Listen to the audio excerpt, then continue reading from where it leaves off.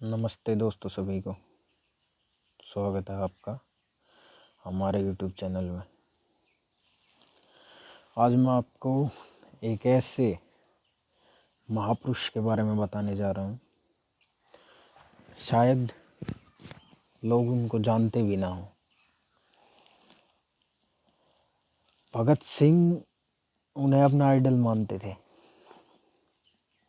और उनकी एक फ़ोटो अपनी जेब में हमेशा साथ रखते थे।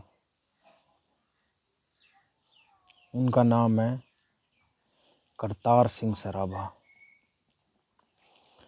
करतार सिंह सराभा बहुत ही ज़बरदस्त पर्सनैलिटी थे। उनके जैसा भगत सिंह बनना चाहते थे और भगत सिंह उन्हीं से प्रभावित थे। भगत सिंह को वो बहुत ही ज़्यादा अच्छे लगते थे। आज हमारे पास एक छोटी सी पुस्तक है, ये करतार सिंह सराभा, और इसको मैं पढ़कर आपको बताने वाला हूँ, क्योंकि दोस्तों सभी के पास पुस्तकें नहीं होती और सभी के पास अगर हैं भी तो सभी पढ़ नहीं पाते। कुछ पढ़ भी लेते हैं, पुस्तकें भी उनके पास होती है, लेकिन वो समझ नहीं पाते। और लोग करते हैं ना कि टीवी में देख लिया कि राम क्या कह रहे हैं, कृष्ण क्या कह रहे हैं, और फिर उसी को सच मान लेते हैं। ये गलत है। हम टीवी में देखकर और राम कृष्ण इनके चरित्र को अपने मन में बसा लेते हैं, लेकिन असलियत में उनका चरित्र टीवी से बहुत अलग होता है और हमें वो देखना पड़ता है कि कैसे अलग हैं और कैसे वो मिलते हैं। कुछ भाइयों को तो ये भी नहीं पता होगा कि करतार सिंह सराभा थे कौन। तो आज आपको पता लग जाएगा कैसे छोटी सी उम्र में उन्होंने इतनी बहादुरी से देश के लिए बलिदान हो गए थे। शुरू करते हैं दोस्तों। करतार सिंह सराभा का जन्म और बचपन।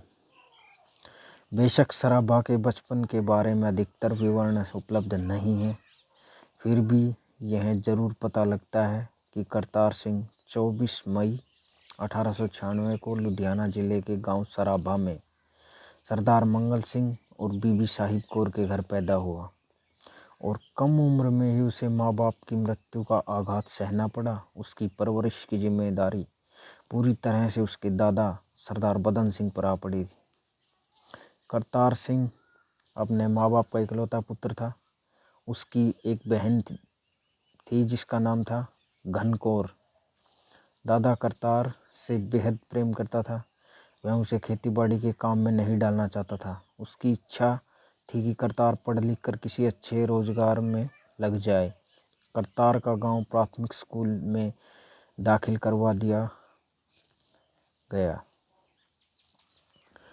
देखिए कैसे बचपन में उसके माता पिता गुजर गए थे और उनके दादा ने उन्हें गांव के एक स्कूल में दाखिल करवा दिया गया। उनके दादा उनसे बहुत अधिक प्रेम करते थे। वो चाहते थे कि वो एक अच्छी नौकरी लग जाए। प्राथमिक शिक्षा के बाद वह गुजरवाल के वर्नैकुलर मिडिल स्कूल का विद्यार्थी बना। फिर लुधियाना के मालवा खालसा हाई स्कूल में दाखिल हुआ।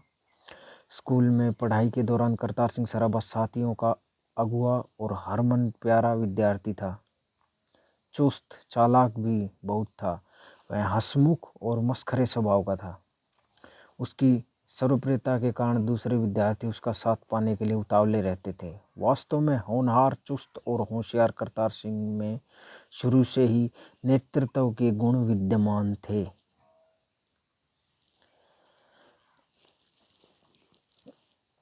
उसकी इसी योग्यता के कारण उसके साथी उसे अफलातू कह के बुलाते थे। अफलातू कहने का भाव था कि उसमें अजीब और अनहोनी बातें करने की योग्यता और दिलेरी थी। उम्र के अगले पड़ाव में उसने अपने इन गुणों का भरपूर प्रदर्शन किया। कई साथी उसकी फुर्ती और तेजी से प्रभावित होकर उसको उड़ने वाला सांप, उड़ता सांप ये बोलते थे। मालवा स्कूल में 7वीं कक्षा में पढ़ते उसने भोलेपन वाली चुस्ती और होशियारी के चलते सोचा कि क्यों ना झूठा सर्टिफिकेट बनवाकर 9वीं में दाखिला ले लिया जाए।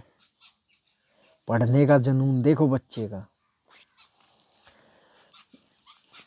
उच्च शिक्षा का लक्ष्य 1-2 साल पहले ही पूरा कर लिया जाए।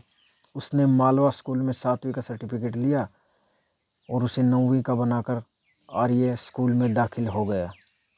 पहले तो स्कूल वालों को कुछ पता ही नहीं लगा। बाद में पता लगने पर स्कूल वालों ने एक्शन लेने की सोची तो करतार को भनक लग गई। आगे की पढ़ाई के लिए वह उड़ीसा में अपने चाचा बख्शीश सिंह के पास चला गया और वहां जाकर 10वीं पास करने के बाद कॉलेज में दाखिला ले लिया।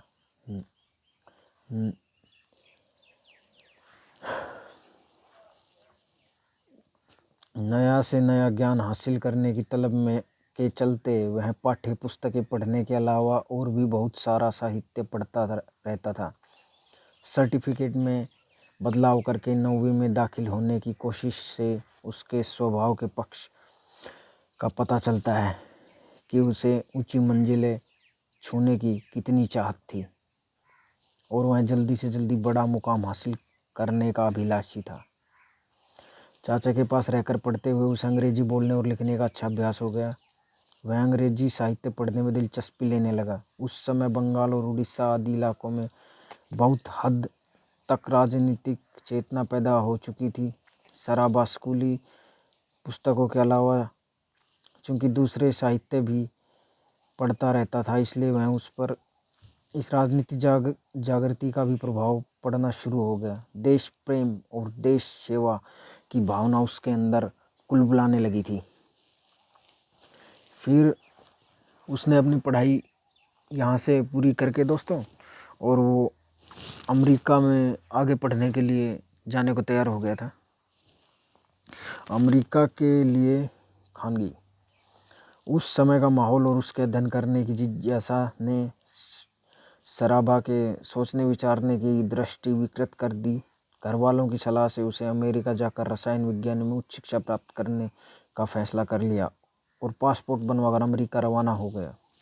अभी तक प्राप्त हवालों से आमतौर पर यह पता लगता है कि सराबा 1912 के जनवरी महीने में अमेरिका पहुंचा था, लेकिन सीताराम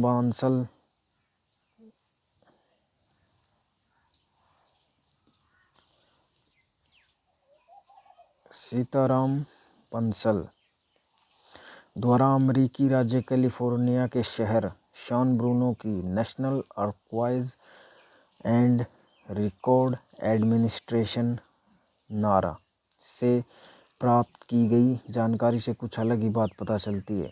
सराबा द्वारा अपने बारे में रिकॉर्ड में दर्ज करवाई गई जानकारी के अनुसार वह 2 जुलाई 1912 को हांगकांग में चला और 28 जुलाई 1912 को अमेरिका के शहर सैन फ्रांसिस्को के नज़दीक एंजेल आइलैंड पर उतरा। अमेरिका पहुंचने वाले प्रवासियों को यहां इमिग्रेशन अधिकारियों और डॉक्टरों के समक्ष पेश होना पड़ता था। जब पूरी संतुष्टि हो जाती तो उन्हें सैन फ्रांसिस्को भेजा जाता। करतार सिंह 30 जुलाई 1912 को डॉक्टरी में पास हो गया। डॉक्टर से सर्टिफिकेट प्राप्त हो जाने के बाद उसे 31 जुलाई 1912 को विशेष जांच बोर्ड के सामने पेश होना था। बोर्ड के समक्ष हरि सिंह द्विभाषी के तौर पर पेश हुआ।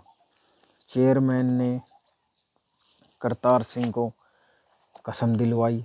करतार सिंह द्वारा दी जानकारी इस प्रकार थी। देखिए, द्विभाषी का अर्थ है कि ट्रांसलेटर आप बोल सकते थे। नाम करतार सिंह सराबा, आयु 17 साल, अविवाहित, पेशा खेती बाड़ी, अंग्रेजी पढ़ लिख सकता है, इंग्लैंड की प्रजा, राष्ट्रीयता इंडियन, ईस्ट इंडियन, हिंदुस्तान में नज़दीकी रिश्तेदार। मेरा दादा बदन सिंह सराबा, पखोवाल, जिला लुधियाना में रहते हैं, मंजिल सैन फ्रांसिस्को। अधिकारियों द्वारा करतार सिंह से जो सवाल जवाब किए गए उनका उपलब्ध रिकॉर्ड में जिक्र निम्न अनुसार है। सवाल, तुम्हारा रास्ते का खर्च किसने दिया? जवाब, मेरे दादा बदन सिंह ने। सवाल, तुम्हारे पास कितना धन है? लगभग $100। देखिए, उस समय $100 लेकर और पढ़ने के लिए जाना, वो कोई आम घर से नहीं थे। सवाल, क्या तुम पहले भी यूएस में रहते थे? जवाब, नहीं। सवाल, क्या तुम्हारे कोई रिश्तेदार या दोस्त यहाँ हैं? नहीं। तुम यहाँ क्या करने की उम्मीद करते हो? मैं यहाँ पढ़ूँगा। यहाँ तुम पढ़ोगे कहाँ? बेरकेल यूनिवर्सिटी में। यूएस में रहते हुए तुम्हारी मदद कैसे होगी? मेरे दादा द्वारा, वह मुझे पैसा भेजेगा। उसका रोजगार क्या है? वह किसान है, उनकी 300 एकड़ ज़मीन है। क्या तुम्हारा कोई भाई है? नहीं, मैं इकलौती औलाद हूँ। तुम अपने दादा के साथ कितने समय से रहते हो?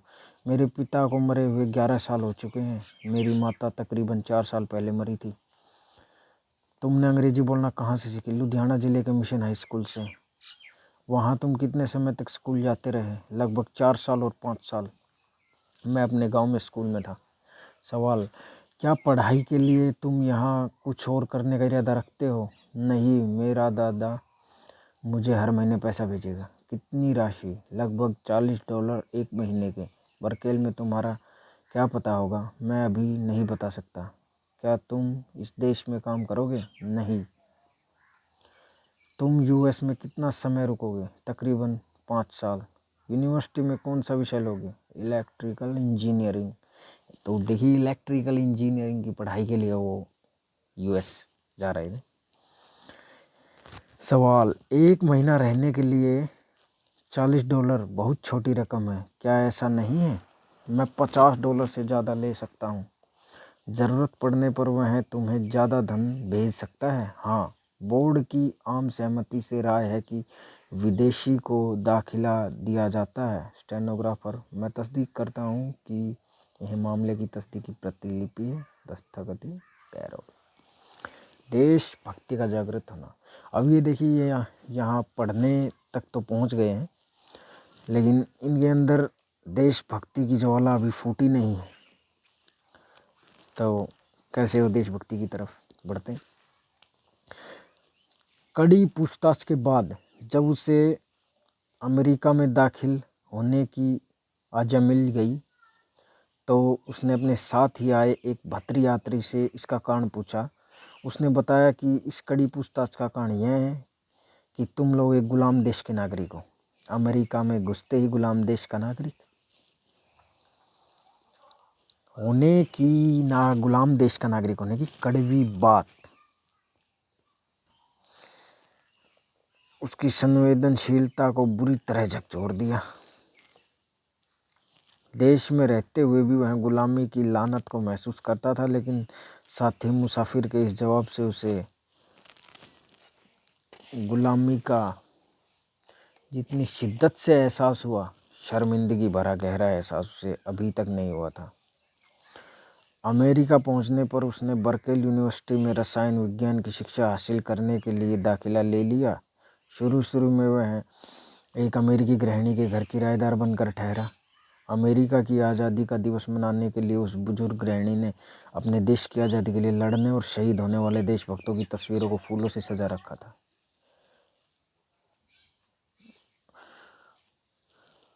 और उनने अपने देशभक्तों के चित्रों को फूलों से सजा रखा था और उसके प्रति कृतज्ञता प्रकट कर रही थी।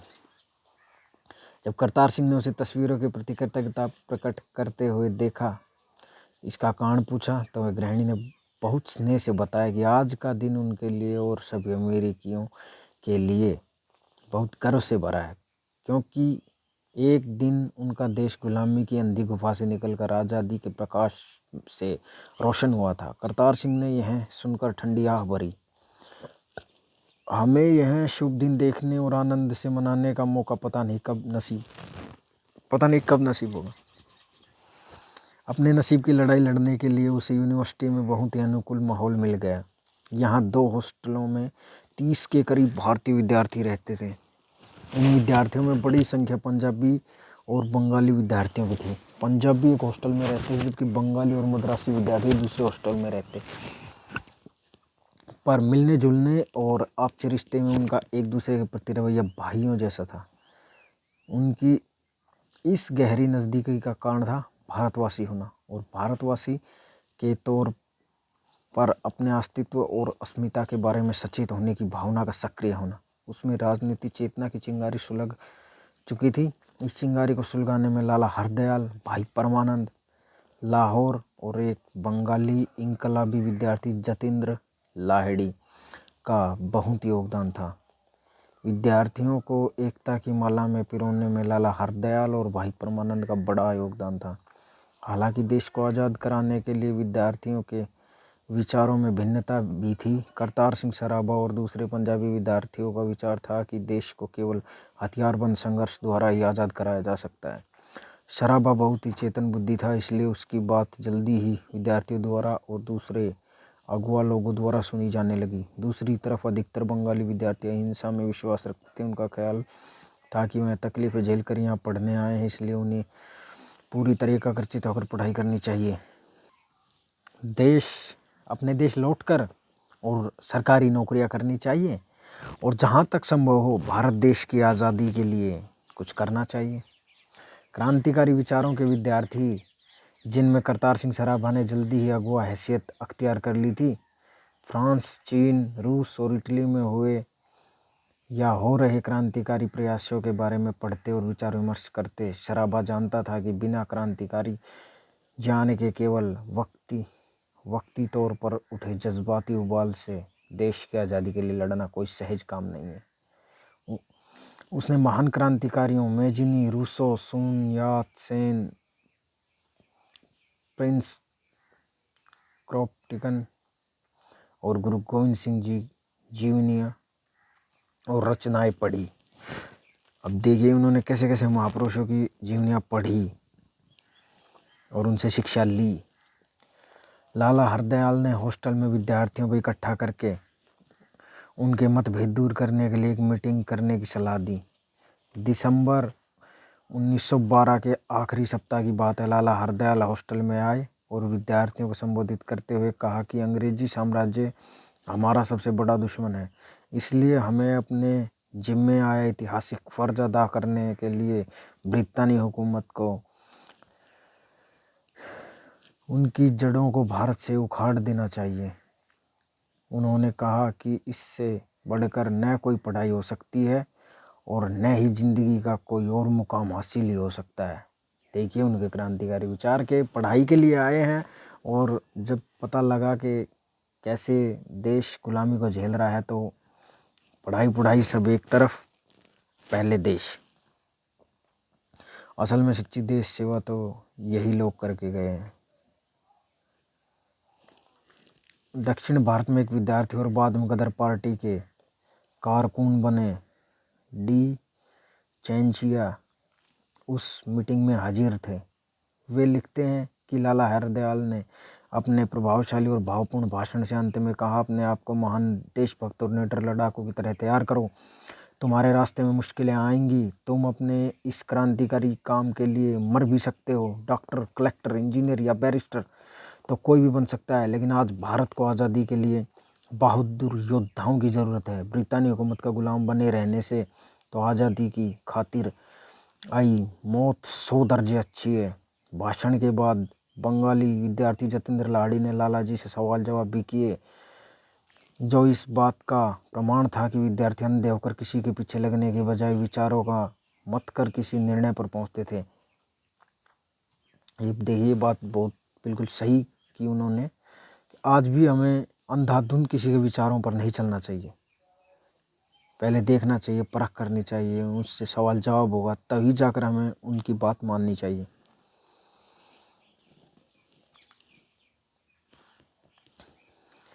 ऐसे ही सरदार भगत सिंह ने भी कहा था कि बिना सोचे समझे और बिना तर्क की बात को मान लेना भी एक प्रकार की गुलामी है, और ठीक ही कहा था उन्होंने।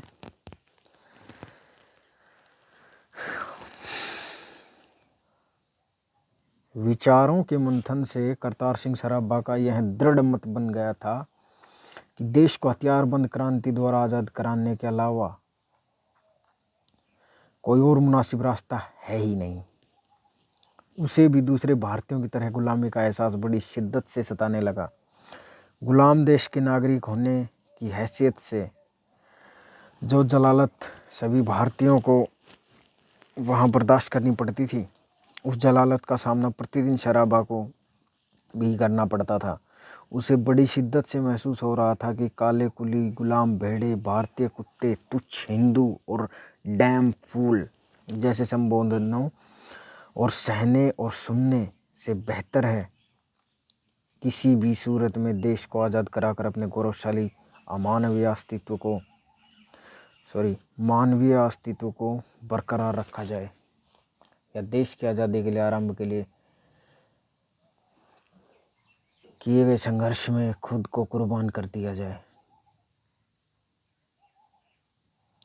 भाई परमानंद अपनी आप बीती में दर्शाते हुए लिखते हैं कि मैंने करतार सिंह सराभा से पूछा कि उसने देश आकर क्या पाया। अमेरिका में वह आराम और खुशी की ज़िंदगी बसर कर रहा था, लेकिन जब अब जेल में सड़ रहा है। श्री करतार सिंह सराभा ने तुरंत उत्तर दिया कि अमेरिका में भी उसके लिए जीना बोझिल हो गया था। जब अमेरिकी कुवचन बोला करते थे तो उनका दिल जल जाता था। मैं वास्तव में मर जाना चाहता था और यहाँ मैं मरने आया हूँ।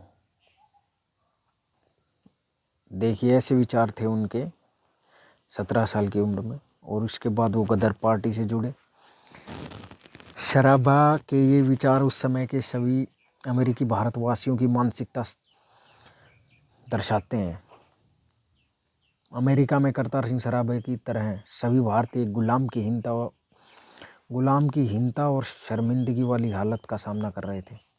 इस मानसिक स्थिति में बाहर निकलने के लिए आवश्यक था कि एकजुट होकर देश को आज़ाद कराया जाए। अलग अलग स्थानों पर हो रहे भारतीय गोरे नस्लवादी मजदूरों को मुकाबला करने के लिए एकजुट हो रहे थे। इस एकजुटता में पैदा हुई सोच ने उन्हें जाति और धर्म की दलदल में को लांघ कर भारतीयता की पहचान दी। इसी पहचान के चलते उन्होंने गुलामी से मुक्ति के लिए सिर जोड़ कर सोचना विचारना शुरू कर दिया। अलग अलग शहरों में संगठन बनने लगे। करतार सिंह सराभा इन राजनीतिक गतिविधियों से करीब से जुड़ा हुआ था। जब 21 अप्रैल 1913 को अलग अलग स्थानों के संगठनों के प्रतिनिधियों ने ऑस्ट्रेलिया में एकत्रित होकर Hindi association of Pacific coast नाम का संगठन बनाया, तो उस समय करतार सिंह सराभा भी उस मीटिंग में हाजिर था। वह अपने एक साथी भाई रुलिया सिंह, जो कि उसके गांव का था और उससे बड़ा भी था, के पास आया हुआ था ताकि खेतों में काम करने के कुछ पैसा कमाया जा सके। जब पार्टी बनाने की घोषणा की गई तो करतार सिंह ने स्वयं को देश और पार्टी के लिए समर्पित करने का प्रण ले लिया। उसने हमेशा के लिए गदर पार्टी से अपना नाता जोड़ लिया। गदर पार्टी से नाता जोड़ने के बाद मौत से भी बदतर गुलामी का जीवन जीने के बजाय उसने गुलामी से मुक्ति पाने के लिए संघर्ष करके अवसर आने पर मृत्यु को चुनने और चिरकाल तक जीवित रहने का निर्णय ले लिया। अंग्रेजी साम्राज्य के माथे पर डंक मारने की तीव्र इच्छा ने ही उसे हवाई जहाज उड़ाना सीखने के लिए प्रोत्साहित किया। उसके अंदर ऐसी योग्यता को महसूस करते हुए उसके वरिष्ठ साथियों ने उसे सैनिक प्रशिक्षण लेने और हवाई जहाज उड़ाने की ट्रेनिंग लेने के लिए चुना था। बाबा भकना की रचना इस तरफ कुछ। लाला हरदयाल के चले जाने के बाद मैं अधिकतर समय आश्रम को ही देने लगा। कमीशन ने व्यवहारिक तैयारी पर ध्यान दिया और आने वाले समय में हवाई ताकत के महत्व को महसूस किया। इसके साथ ही सैनिक प्रशिक्षण का प्रोग्राम बनाया। 2 जर्नैल करतार सिंह सराभा और मास्टर उधम सिंह कसेल चुने गए। करतार सिंह और हवाई जहाज़ उड़ाने की ट्रेनिंग के लिए सैन फ्रांसिस्को के जर्मन काउंसलर के जरिए एक जर्मन कंपनी के पास भेजा गया। सराबा द्वारा जहाज उड़ाने और उसकी मरम्मत करने की ट्रेनिंग लेना इस बात का सूचक है कि वह वक्त आने पर जरूरत पड़ने पर गदर के अभियान में अपनी इस योग्यता का लाभ उठा सकता था। इसके साथ ही यह तथ्य उनकी तकनीकी और वैज्ञानिक समझ की ओर भी संकेत करता है कि मेरी जानकारी और अनुमान के अनुसार तो यह पहला भारतीय जिस सबसे पहले हवाई जहाज उड़ाने की ट्रेनिंग ली होगी। ये बात सच है। बहुत ही होनहार वो व्यक्ति थे जो जहाज उड़ाने तक को और हवाई हमले के लिए वो ये सब कर रहे थे। ऐसे महापुरुष को तो सुभाष चंद्र बोस के साथ आना था।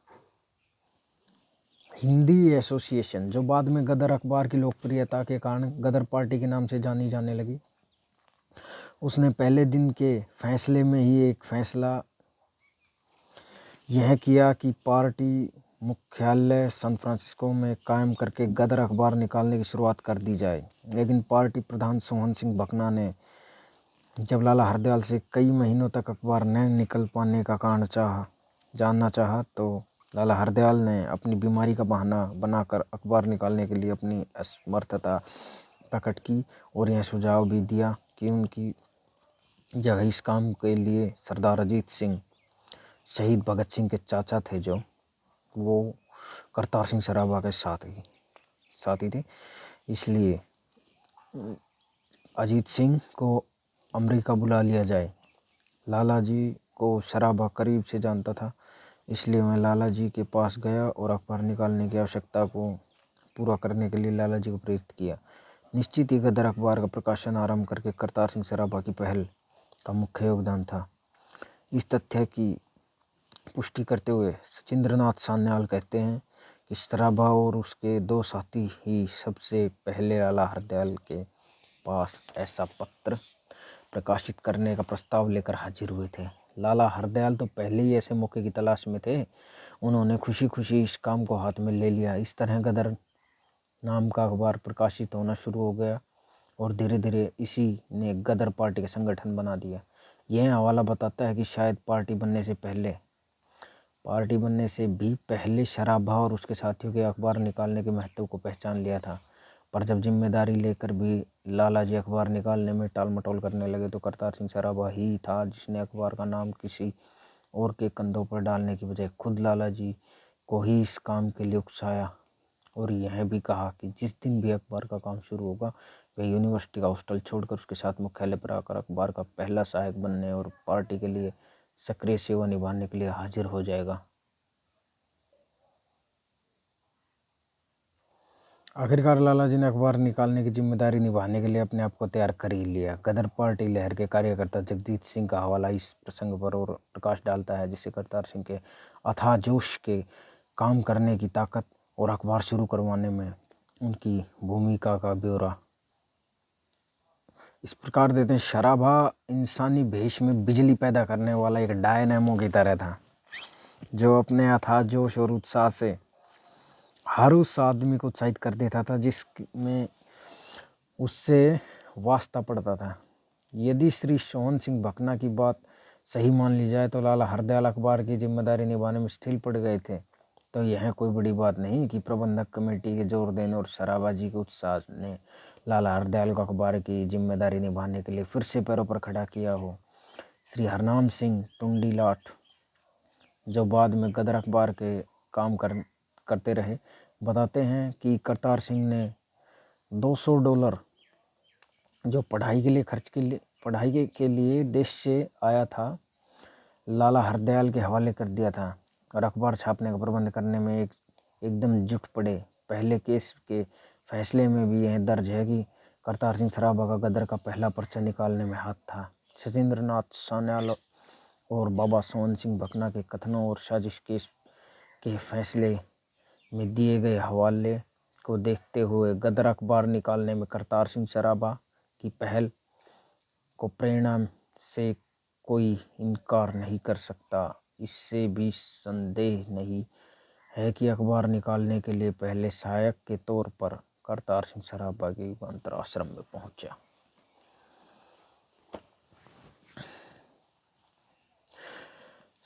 सच बात तो यह है कि सराभा लिखे हुए शब्द के महत्व को अच्छी तरह से महसूस करता था, इसलिए भारत पहुंचकर भी प्रेस लगाकर क्रांतिकारी साहित्य छापने की योजना उनके एजेंडे में थी। लेकिन समय से पहले युद्ध छिड़ जाने से गदर करने में जल्दी करनी पड़ी और दिन रात की अनथक व्यस्तता के कारण वह प्रेस लगाने और पर्चा छापने का सपना पूरा न कर सका। भारत आकर युगांतर आश्रम जैसे संस्था कायम करने और अखबार शुरू करने के उनके प्रयासों का बांका बलवंत शहीद भगत सिंह इसी नाम से लिखा करते थे, बलवंत नाम से वो काफ़ी लेख लिखते थे। ने कुछ इस प्रकार खींचा है। उसने 2 बड़े ज़बरदस्त बयान अदालत में दिए थे। उसने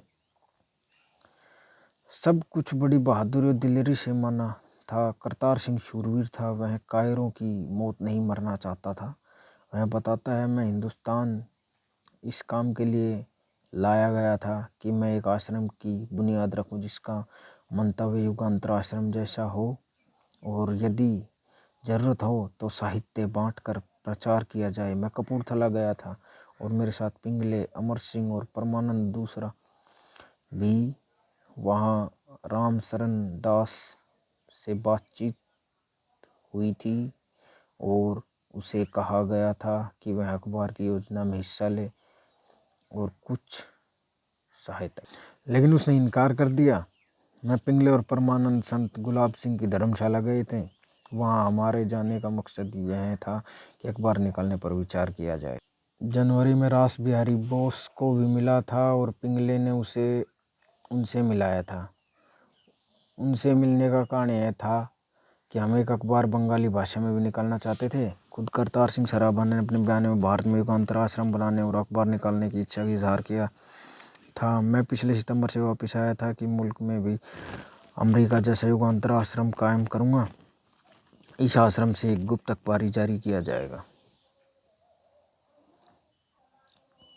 करतार सिंह सराभा के अखबार छापने के लिए किए गए महत्वपूर्ण प्रयासों को बयान करते हुए बलवंत उर्फ शहीद भगत सिंह लिखते हैं, यह अखबार हजारों की संख्या में छपता था और हर किसी को मुफ्त ही भेजा जाता था।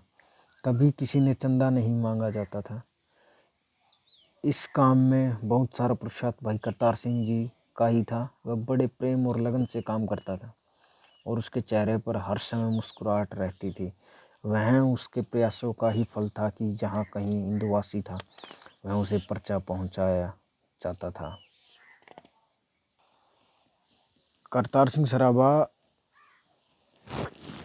एक शायर भी थे। वो एक दिन फांसी की कोठरी में बैठे सराभा को भाई परमानंद ने पूछा, करतार क्या कर रहे हो? सराभा ने उत्तर दिया, कविता लिख रहा हूँ। सराभा बहुत अच्छा शायर भी था। एक अच्छे शायर की पहचान करवाने के लिए 2 नज़मों का हवाला देते हुए इतिहासकार वेद प्रकाश पटुक ने बताया है कि ये करतार सिंह सराभा की लिखी हुई है। जो कविता उसने फांसी पर चढ़ते हुए गाई थी, मैंने सुनाता हूँ आपको। यहीं पाओगे महशर में जुबां मेरी, बयां मेरा, मैं बंदा हिंद वालों का हूँ, है हिंदोस्तां मेरा। मैं हिंदी, ठेठ हिंदी, खून हिंदी, जात हिंदी हूँ। यही मजहब, यही फ़िरका, यही खानदां मेरा। मैं इस उजड़े हुए भारत के खंडर का एक ज़र्रा हूँ। यही बस एक पता मेरा, यही नामो निशा मेरा। कदम लूँ मादरे भारत तेरे, मैं उठते और बैठते कहाँ किस्मत मेरी ऐसी नसीबा, यह कहाँ मेरा। तेरी खिदमत में भारत, यह सर जाए, यह जान जाए, तो समझूंगा यह मरना हयाते जादवा मेरा। देखिए कितने अच्छे वो शायर थे, देश के लिए सब कुछ। इस नज़्म के अलावा वेद प्रकाश बटुक जिस दूसरी नज़्म का हवाला देते हैं वह गदरियों में बहुत चर्चित रही है और वे इसे अक्सर गाया करते थे। नज़्म है, जो कोई पूछे कि कौन हो तुम तो कह दो बागी है मेरा नाम, जुल्म मिटाना हमारा पेशा, कदर करना काम अपना। नमाज संध्या यही हमारी और पाठ पूजा सभी यही है, धर्म कर्म सब यही है हमारा, यही खुदा और राम अपना। वो निर्भयता और बहादुरी उनमें कूट कूट कर भरी हुई थी। देखिए कुछ उनकी बहादुरी के किस्से। सराबा की चर्चा करने वाले सभी लेखक इस बात से एक मत है कि वह जोश और जवानी, बहादुरी, निडरता, आत्मविश्वास, लीडरशिप और पूर्ण समर्पण भाव से अपने लक्ष्य के लिए कुर्बान हो जाने के गुणों से मालामाल था। बाबा सोवन सिंह भकना लिखते हैं कि जब कामागाटामारू जहाज़ को वापस भेज दिया गया तो गदर पार्टी के उत्तरदायियों ने निर्णय लिया कि पार्टी का एक जिम्मेदार कामागाटामारू के साथ साथ जाए और योकोहामा में, जैसे ये जापानी शब्द है कुछ, में जाकर जहाज़ के मुसाफिरों से मिले और उन्हें क्रांतिकारी लहर के बारे में समझाए। इस काम के लिए उन्हें चुना गया। 200 पिस्तौल और 2000 गोलियां 2 पेटियों में बंद करके जहाज़ में ले जानी थी। इस बंदोबस्त का काम भाई भगवान सिंह और करतार सिंह सराबा को सौंपा गया। उन्होंने जहाज़ पर एक कैबिन रिजर्व करवाया। जहाज़ चलने में 1 घंटा पहले ये पेटियां करतार सिंह ने इस कैबिन में रख दी। मैं बहुत ध्यान से युगांतर आश्रम से निकला और रास्ते में दूसरी कार बदलकर जहाज़ पर पहुंचा। जहाज़ चलने में करीब 15 मिनट थे। करतार सिंह को जहाज़ से चले जाने का इशारा किया और कैबिन में जा बैठा। यह ब्यौरा करतार सिंह सराबा की दिलेरी जिम्मेदारी की भावना को भी दर्शाता है और उसने बड़े काम करने की योग्यता के लिए साथियों के विश्वास की भी गवाही मिलती है। भाई परमानंद के अनुसार करतार सिंह का हौसला और मर्दानगी सचमुच हैरान कर देने वाली थी।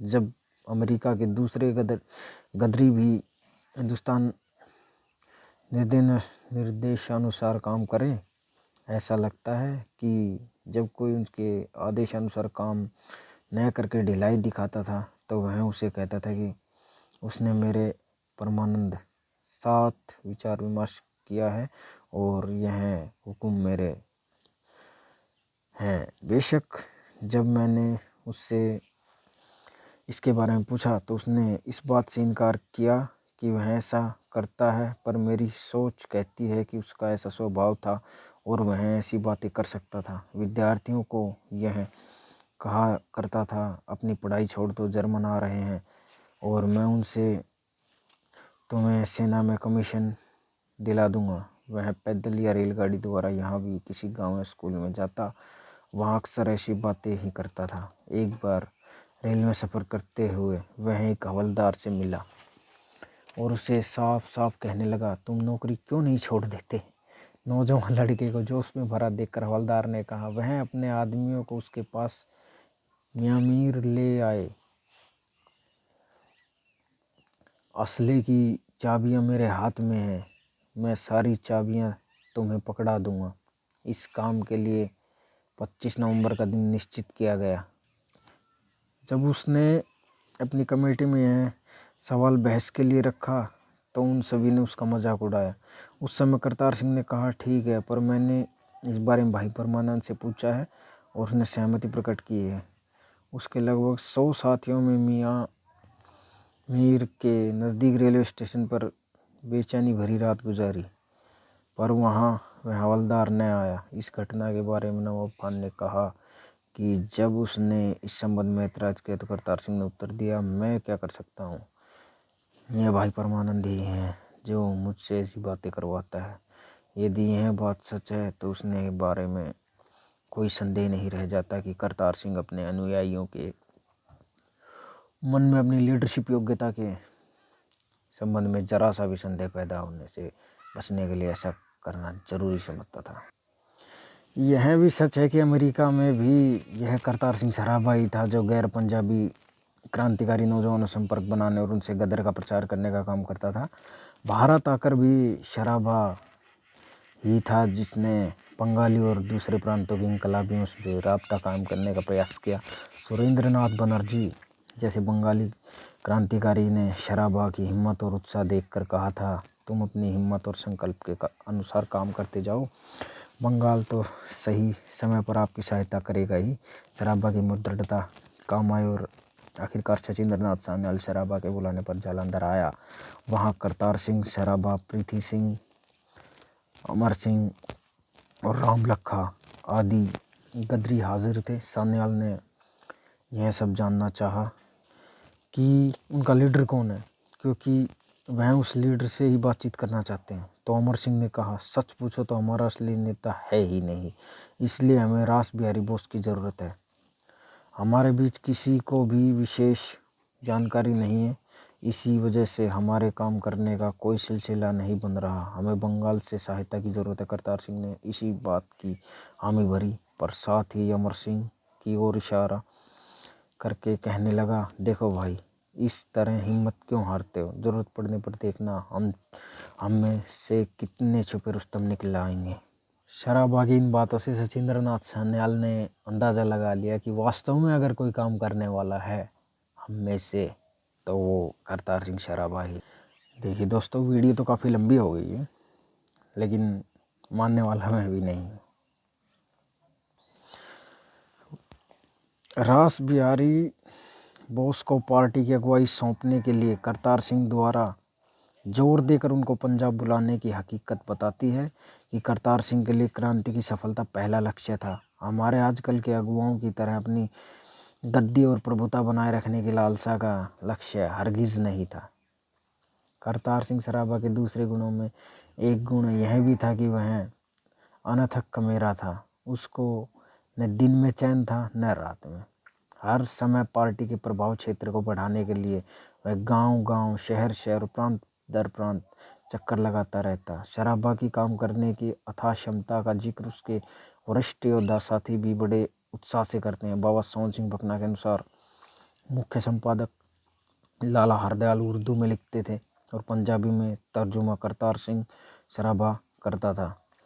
छपाई की हाथ मशीन वह अपने हाथ से चलाता था। शुरू में युगांतर आश्रम का सारा काम करतार सिंह के सिर पर ही रहा। कई सप्ताहों के बाद दूसरे साथी सहायता के लिए भेजे गए। उसको रात दिन आराम की कभी नहीं सूझी, बल्कि जो भी सूझता था तो काम। जितना वह अनथक मेहनती था उतना ही फुर्तीला भी था। सान्याल के अनुसार उन दिनों करतार सिंह सख्त मेहनत कर रहे थे। वे प्रतिदिन साइकिल का प्रयोग करके गांव में लगभग 40-50 मील चक्कर लगाते थे। गांव-गांव काम करते जाते थे। इतनी मेहनत करने पर भी वे थकते नहीं थे। जितनी वे मेहनत करते थे उनमें और फुर्ती आ जाती थी। गांव में चक्कर लगाने के बाद वे उन पलटनों में जाते जिनमें अभी तक जा नहीं पाए थे। सराभा के वास्तव स्वभाव की कई परतों में से एक परत यह भी थी कि वह अपने संगी साथियों के प्रति बहुत ही संवेदनशील था। वह अपने सुख दुख को बहुत शिद्दत से महसूस करता था। उनकी संवेदनशीलता की यहाँ एक मिसाल देना ही काफ़ी होगा। जब वह लाला हरदयाल के साथ मिलकर युगांतर आश्रम में गदर अखबार छापने का काम कर रहे थे तो उन्हें नोट किया कि लाला हरदयाल के स्लीपरों का तला इस कदर घिस गया था कि उनमें छेद हो गया था। लेकिन लाला जी थे कि नए स्लीपर पर पार्टी का पैसा खर्च करवाने के लिए तैयार नहीं थे। यह उन देशभक्तों के स्वभाव की विशेषता थी कि वह अपनी सुख सुविधा की बजाय उनकी प्राथमिकता होती थी कि उन कामों पर ही पैसा खर्च किया जाए जो स्वतंत्रता संग्राम के लिए हों। सराभा ने अपने साथी चैचिया से इस संबंध में बात की। वे जताने लगे कि लाला हरदयाल नए स्लीपर लेने के लिए राजी नहीं होंगे। वे लाला हरदयाल की इजाज़त लिए बिना या उनसे बात किए बिना ही नए स्लीपर ले आए। यही समस्या यह थी कि स्लीपर पैरों में पहनने के लिए लाला हरदयाल को कहा जाए या कैसे मनाया जाए। जब लाला जी सो गए तो चैनचिया ने उनके पुराने स्लीपर उठाकर कमरे में एक तरफ कोने में रख दिए और उनके बिस्तर में के पास नए स्लीपर रख दिए। सराबा ने देखा और चैनचिया को समझाया कि स्लीपर को कमरे के कोने में रखना मुनासिब नहीं है, क्योंकि उनका विचार था कि अगर लाला जी की नज़र पुराने स्लीपर पर पड़ गई तो वह नए स्लीपर पहना स्वीकार नहीं करेंगे। उसने लाला जी की नज़रों से ओझल करने के लिए वे टूटे स्लीपर उठाकर बाहर कूड़ेदान में फेंक दिए। इस कदर उन्हें साथियों की ज़रूरतों को समझना और उनके स्वभाव की गहराइयों को भी जानना उनकी गहरी मनोवैज्ञानिक समझ का प्रमाण है। जब सब जानते हैं कि गदरियों को हथियार के लिए दूसरी आवश्यकताओं की पूर्ति के लिए धन की सख्त ज़रूरत थी। धन की खातिर उन्हें मजबूरी में साहूकारों के घर डाके मारने पड़ते थे। रब्बो गांव में मारे गए डाके में करतार सिंह सराबा शामिल था। यहाँ उनके एक साथी की घर की एक जवान लड़की पर आंख मैली हो गई। उसने साथी का भद्र व्यवहार देखकर सराबा आग बबूला हो गया। वह समझता था कि क्रांतिकारियों का किरदार ऐसा होना चाहिए कि उनकी मिसाल दी जा सके। यदि वे भी लोगों की बेटी बहनों से ऐसा व्यवहार करने लगे तो उनमें और गुंडे बदमाशों और डाकुओं में क्या अंतर रह गया। इस घटना का बयान करते हुए शहीद भगत सिंह करतार सिंह सराबा की इखलाकी ऊंचाइयों की जो छवि गढ़ता है, उन्हीं की जुबानी गदर की तैयारी में केवल कुछ पैसों की कमी के कारण कुछ देर हो जाए, वे यह बर्दाश्त नहीं कर सकते थे। उस दिन वे डकैती के लिए रब्बो गांव में गए थे। देखिए, भगत सिंह जी लिख रहे हैं करतार सिंह के बारे में। रब्बो गांव में गए थे, करतार मुखिया थे। डकैती हो ही रही थी कि बहुत सुंदर लड़की थी। उसे देखकर एक पापी का मन फिर गया। उसने लड़की का हाथ पकड़ लिया। उस नर पशु का रंग ढंग देखकर लड़की घबरा गई और चिल्ला पड़ी। फौरन नौजवान करतार रिवॉल्वर ताने वहां पहुंचे। उस आदमी के माथे पर पिस्तौल रखकर उसका हथियार ले लिया। क्रोधित शेर की तरह गरज कर बोले, पामर दुष्ट, तेरा गुनाह बहुत भयंकर है। इस समय तुम मौत का हकदार है, पर विशेष हालात के कारण तुम्हें माफ़ करने को मजबूर हूँ। इसलिए फौरन इस लड़की के पैरों में सिर रख कर कहो, हे बहन, मुझे माफ़ कर दो। और उधर माँ के पैर पकड़ कर कहो, माता जी ने इस नीचता के लिए माफ़ी चाहता हूँ। यदि उन्होंने तुम्हें माफ़ कर दिया तो तुम्हें जिंदा छोड़ दूंगा, नहीं तो अभी गोली मार दूंगा। उसने वैसा ही किया। बात कुछ ज़्यादा तो बढ़ी नहीं थी। यह देखकर औरतों दोनों औरतों की आंखें भर आईं। माँ ने प्रेम से कहा, बेटा, इसे धर्मात्मा और समझदार नौजवान होकर तुम इस भयानक काम में कैसे शामिल हो गए। करतार का मन भरा है और कहा, माँ, रुपयों के लोभ में नहीं, अपना सब कुछ न्यौछावर करके डकैती मारने चले थे। हम अंग्रेज सरकार के खिलाफ गदर की तैयारी कर रहे हैं। हथियार आदि खरीदने के लिए पैसे चाहिए, वह कहाँ से लें। इसी महान काम के लिए आज यह नीच काम करने को हम मजबूर हैं। देखिए, ये घटना उनके ब्रह्मचर्य को दर्शाती है कि वो कितना ब्रह्मचर्य में रहते थे। ऐसे हालातों में भी वो अपने चरित्र पर दाग नहीं लगने देते थे और अपने साथी पर ही पिस्तौल तान दी थी। देखिए, करतार सिंह के ब्रह्मचर्य की एक घटना और आप देखिए कि जब अमेरिका में एक हसीन नौजवान लड़की ने उसके सामने शादी करने का प्रस्ताव रखा तो आपने कहा, मैं देश की आज़ादी के लिए जद्दोजहद करना चाहता हूँ। इस रास्ते पर चलने वालों को मौत ही नसीब हुआ करती है, इसलिए मैं मृत्यु दुल्हन के साथ ही शादी करने का फैसला कर चुका हूँ। करतार सिंह को आज़ादी से इतना गहरा प्यार हो चुका था कि यदि सारी दुनिया का रूप भी इकट्ठा होकर उसे अपने प्रेम जाल में फंसाना चाहता तो वह उसमें सफल नहीं हो पाता। देखिए, कितने ज़बरदस्त और कितने उज्जवल चरित्र के व्यक्ति थे। शादी विवाह इनके बारे में तो उनके पास प्रेम सोचने का समय ही कहाँ था। सर्वस्व देश के लिए। एक बार भगत सिंह के श्रीमती विद्यावती जो उनकी माता जी का कथन इस संबंध में सोचने योग्य है। बाबा हरनाम सिंह चंडिका मंदिर जी द्वारा नौजवानों को दिए संदेश में भगत सिंह पर शराबे के प्रभाव को स्वीकार करते हुए कहते हैं, भगत सिंह के पकड़े जाने पर उनके पास शहीद करतार सिंह शराबा का तस्वीर निकली जो वह हमेशा अपने पास रखता था। कई बार मुझसे बातें करते हुए मुझे अपनी जेब से तस्वीर निकाल कर दिखाता और कहता, बेबी जी यह है मेरा गुरु, मेरा साथी और मेरा भाई शहीद करतार सिंह शराबा, 1914-15 की गदर पार्टी के शहीदों में सबसे छोटा और काम में सबसे आगे रहने वाला।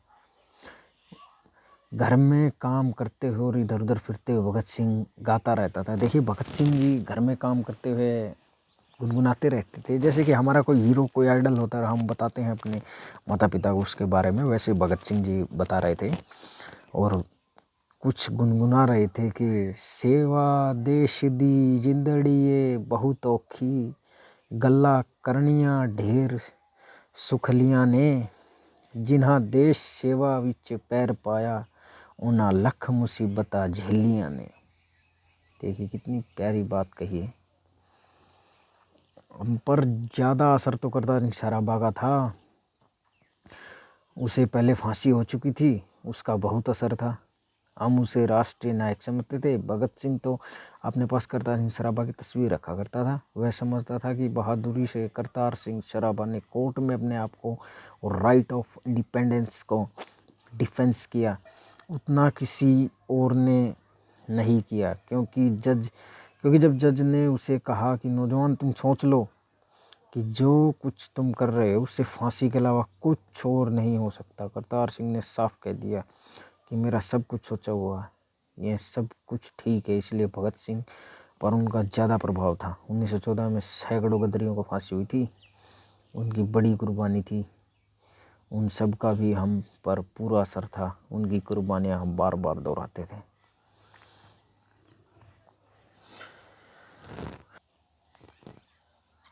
और इस तरह दोस्तों करतार सिंह शराबा 16 नवंबर 1915 को अपने 6 साथियों के साथ फांसी पर चढ़ा दिए गए थे। देखिए करतार सिंह शराबा के लड़ाकू साथी जगत राम हरियाणा से थे।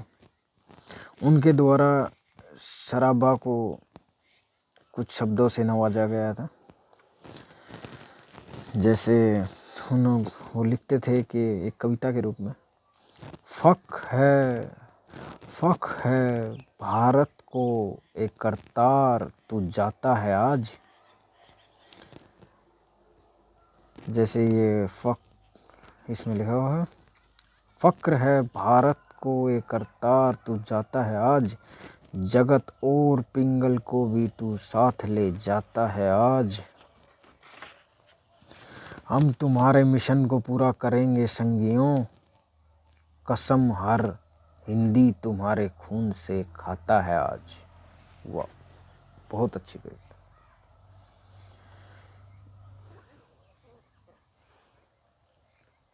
देखिए जब यह नौजवान बालक अदालत के सामने खड़ा हुआ था जवाब देने के लिए, तो अदालत ने उनसे प्रश्न किया कि करतार सिंह तुमने अंग्रेजी हुकूमत के विरुद्ध और अंग्रेजी राज को हिंद से बाहर निकालने के लिए इस साजिश में हिस्सा लिया या नहीं।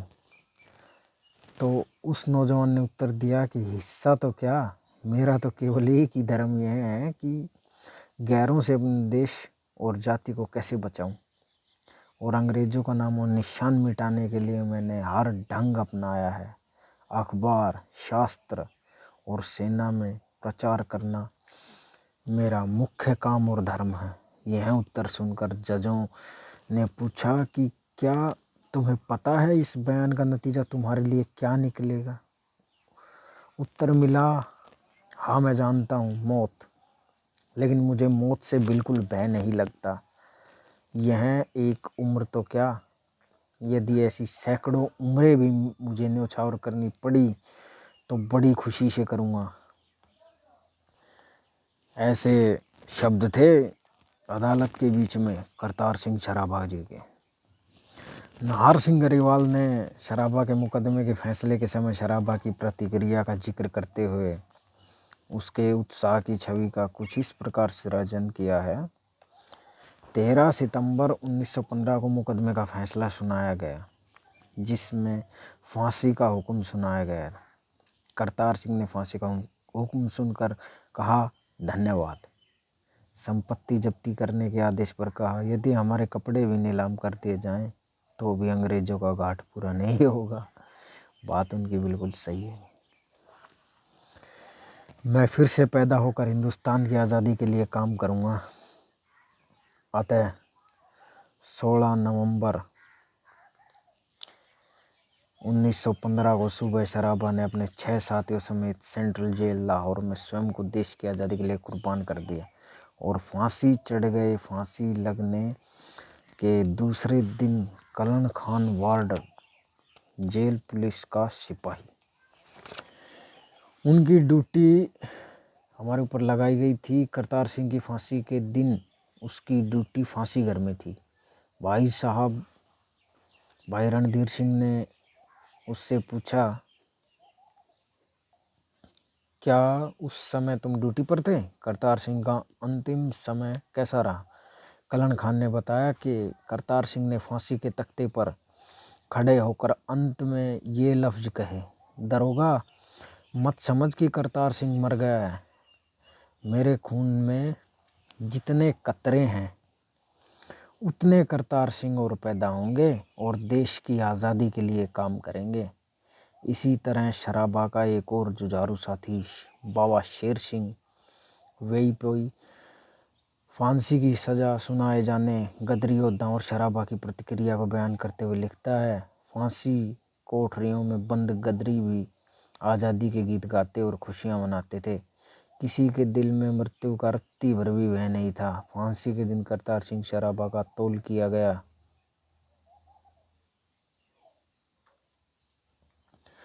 उनका 7 सेर वजन पहले से ज़्यादा था। वह कहता था कि मैं फांसी के बाद दूसरा जन्म लेकर फिर से आज़ादी के लिए संघर्ष करूंगा। बाबा भकना जेल में सराभा के साथ बिताए गए उन दिनों की यादें साझा करते हुए बताते हैं कि सराभा उन अंतिम दिनों में भी निराश और उदास नहीं हुआ करता था और उसका विश्वास कि देशभक्तों द्वारा की गई कुर्बानियाँ किसी न किसी दिन जरूर रंग लाएंगी। बाबा जी लिखते हैं, 24 लोगों को फांसी लगवाने वाले पार्क नंबर 121 में 24 कोठरियों की कतार में साथ साथ बंद किया गया था। हमें शाम को आधा घंटा टहलने के लिए आंगन में निकाला जाता था। एक दिन टहलते टहलते मुझे करतार की कोठरी में झांकने का अवसर मिला। अंदर सामने दीवार पर कोयले से मोटे अक्षरों में लिखा हुआ था, शहीदों का खून कभी खाली नहीं जाता। पढ़कर मैंने कहा, करतार, यहाँ तो हड्डियाँ भी जेल में जला दी जाती हैं ताकि बाहर किसी को पता न चले। तुमने लिखा हुआ है कि शहीदों का खून कभी खाली नहीं जाता। करतार ने हंसकर जवाब दिया, हाँ जी, ठीक ही तो लिखा है। आज करतार की भविष्यवाणी मुझे याद आती है कि वह कितना सूझवान, निडर और बहादुर था। बलवंत उर्फ शहीद भगत सिंह चांद के फांसी अंक में लिखते हैं, एक सज्जन बताते हैं कि करतार सिंह का बाबा उसे मिलने आया। करतार सिंह को उस समय फांसी का आदेश सुनाया जा चुका था। बाबा मुलाकात में कहने लगा, करतार सिंह, तुमने इस काम में क्या कमाया है? यूं ही व्यर्थ मौत मरने जा रहा है। लोग तुम्हें क्या देंगे? करतार सिंह ने लापरवाही से पूछा, बाबा जी, गांव में फलाना सिंह का क्या हाल है? बाबा, वह तो प्लेग से कभी का मर चुका। करतार सिंह, अच्छा, फलाना सिंह के बाबत कुछ बताओ। बाबा, वह भी इस बार टाउन में मर गया। करतार सिंह ने कहा कि बाबा जी, यदि मुझे भी उनकी तरह प्लेग में ही मेरी जान चली जाती तो मैं कौन सी गिनती में होता। अब तो मैं देश और कौम के लिए कुछ करके फंदे पर लटकने वाला हूँ। संसार में आपका हमारे खानदान का यह यश होगा कि करतार सिंह शेरदिल था और कुछ करके गया है, पर यदि मैं यूं ही मर जाता तो वह मौत व्यर्थ होती। अब तो मेरी देह सफल हो गई है और आपको इस बात पर गर्व होना चाहिए कि आपका खानदान देश के लिए कुर्बानी कर रहा है। इसीलिए अफसोस करने का समय नहीं, बल्कि आपके लिए खुशी और गर्व करने का समय है। बाबा जी निरुत्तर हो गए और आंसू पोंछते पोंछते बाहर निकल गए। देखिए दोस्तों, वीडियो काफ़ी लंबी हो चुकी है और करतार सिंह का जितनी जानकारी मेरे पास थी और जितनी जानकारी इस छोटी सी पुस्तक में थी वो मैं आपको दे चुका हूँ। ठीक है दोस्तों, नमस्ते।